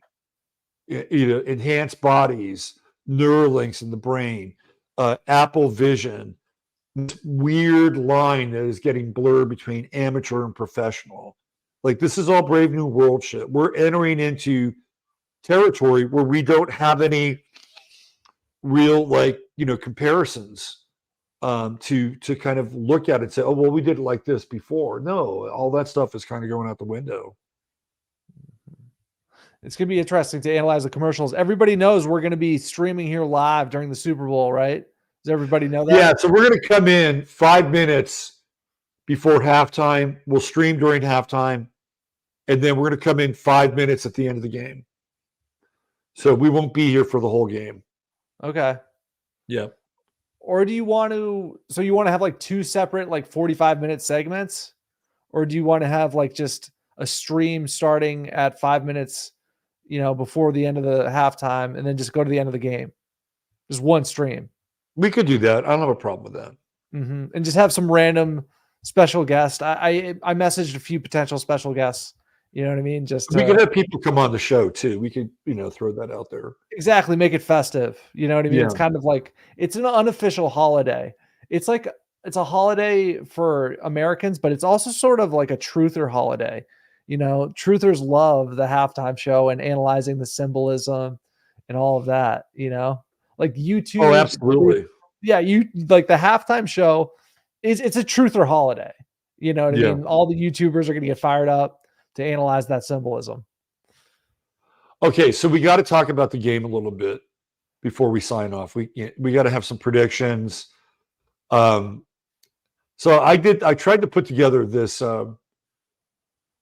these images for the show for AI. Okay. I was using kind of an AI thing, and I was trying to use some prompts for the AI with Taylor Swift and Travis Kelce, and the prompts I was using were breakup, tears, and fuck, they're not there anymore. Oh, here they are. Here they are. Let me show you what AI did. It's like pretty fucking crazy. Let me see if I can find it. So, okay, let me do this. So, for whatever reason, AI wanted to put a beard on Taylor Swift. I think he froze. You guys, is he froze? Oh, shit. Hold on. I did freeze. Let me try to. Okay, so while Robert reboots, I'm going to stall here and talk a little bit. So I think we should do one continuous stream, starting somewhere along the lines during the Super Bowl. That way people can listen and enjoy the show. I'm back. Yeah. So I was just saying, I think we should potentially do one continuous stream, or we'll play it out. We'll play it by ear, play it by ear, whichever one it is. So I was trying to get these kind of AIs. I wanted to have okay, so what happens at the end of the game? Yeah. Let's say the Chiefs lose. What happens with Taylor Swift and Travis Kelce? Well, they could be sad and cry and hold each other, right? Like, that is so fucking redemptive if they lose. Like, for this couple, it is a win-win. It's like they can spin this thing in a way like, oh, look, they're crying. She supports him. Look how beautiful this is, right? And if they lose, if they win, is he going to pop the question? Is he going to get on his knee? Is he going to ask her to marry him? Right? So either way, this is a win-win for the Kelce Swift brand. So I was trying to get some pictures. Yeah. And fucking AI wanted to put a beard on Taylor Swift in a lot of these. This is what AI did to Taylor Swift. Huh. Now, I didn't program beard.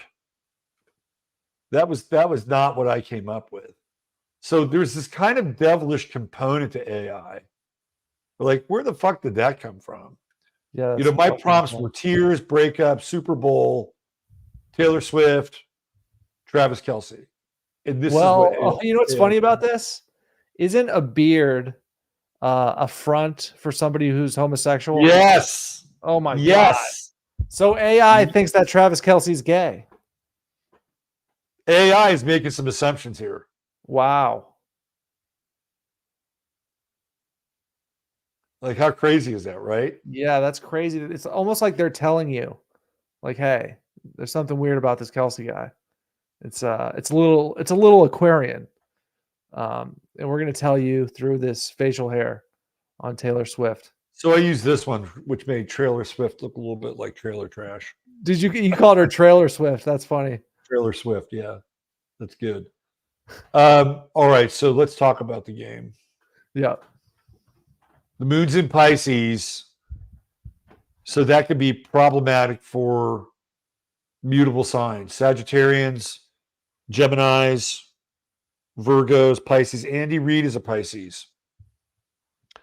So somewhere in there, the moon is going to affect Andy Reid's chart. Saturn and the moon are on Andy Reid's sun. I think that could be problematic. And so my prediction is that if the Kansas City Chiefs win, Andy Reid will announce his retirement. Okay. That's my prediction. If they win. He may even announce his retirement if they don't win. Okay. I also think that there could be, and you never see this with him, he's like a fucking flatliner. He and Kyle are both flatliners. But I think that he could make a choice that would be over emotional at some point during the game, and could affect the outcome of the game. Patrick Mahomes is a Virgo, so that Pisces moon is on the other side of his sun. I think that could be kind of problematic.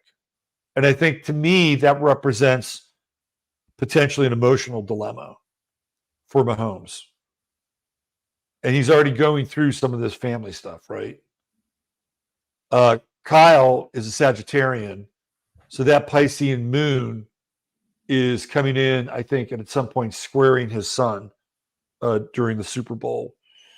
And he's another guy that could make, and of the two guys, I think Shanahan would be the one who could make perhaps the more egregious emotional choice during like the game and play calling.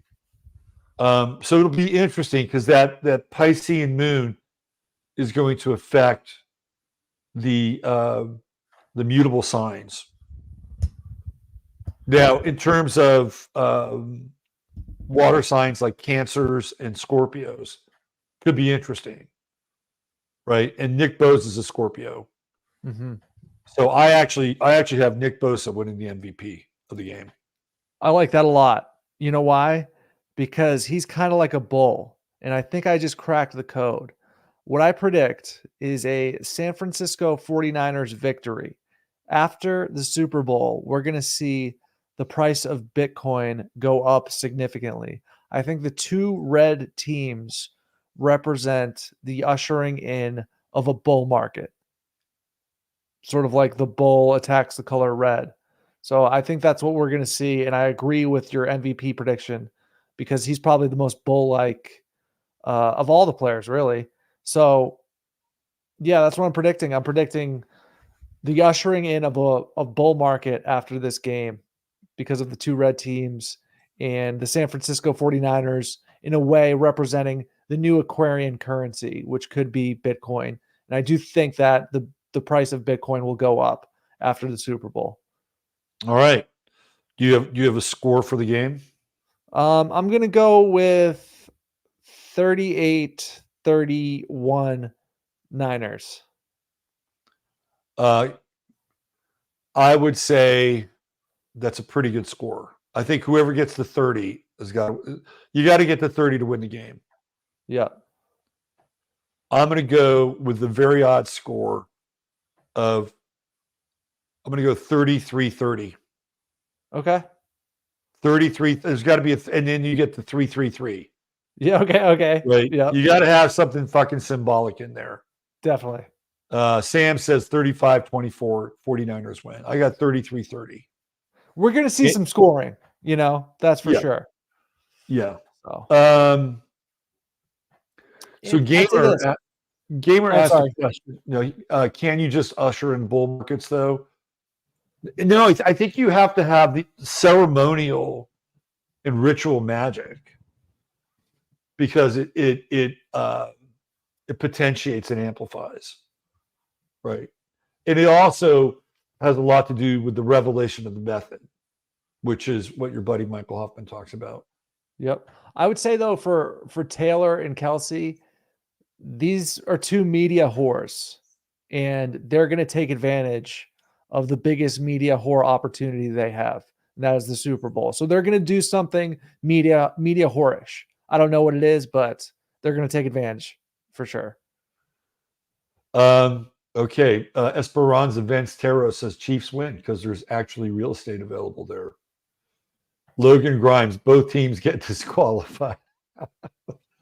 There's no winner. It could be the Black Sunday scenario, but I don't think Vegas wants to fuck up its tourist trade. How will Brock Purdy perform? I think he'll be pretty good. He'll be pretty good. What do you think? I think he's going to play great. I'm looking forward to it. I think that he will compete for the MVP. That's what I think. Compete for the MVP. But I think it'll be Nick Bosa. I'm going with Nick as the defensive players don't win it very often. Do you think that Nick Bosa is enhanced? Yes.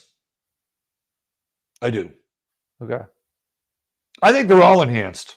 Yeah. Okay. Except for maybe Brock. Right. I don't think Brock is He's too pure. I don't think he's enhanced either. I think Nick probably is, yeah. Brock Purdy is a fucking all-American dude. He really is. He's so all-American. He's humble. He's polite. He's a Christian. He's a family guy. And he is an absolute competitive killer. Isn't that what we love about theoretically our heroes? Like from, not an anti-hero, but a hero who exemplifies, courage, morality, respect, and excellence at what they do. Isn't that what it's about? I'd say so, yeah, for the most part. Yeah. It's sort of not going with the tide. He's kind of a rock in the ocean current, just staying true. Right. Because there's a rock in Brock. Mm-hmm. Absolutely. Al, I think we've brought our show to a close. What do you think? I think so too. It was a good one. I'm looking forward to the Super Bowl. It'll be a lot of fun. Yeah, I got to figure this out and figure out where I'm going to stream it from. Okay. And I'm sure the lovely and talented one, Miss Joan, will appreciate it while she's here. So, all right, man. Thanks again. We'll see you next Monday night. You and I will connect during the week. Everybody else, thanks for being here. Please hit the like on the show. It's real important. And if you're not subscribed to this channel and you want to get updates for the show and Sunday Night Astro Live and the Friday Farcast, you'll get notified. And I could always use the subs. So thanks a lot. Take care. And we'll see you next week. Before we go, Yeah. there's a link. I have a link. We'll put it in the description. It has like all my links. It has everything. Yeah, we'll put that in the show links. So check out what Al does. Yep. Okay. Take care, everybody. Peace.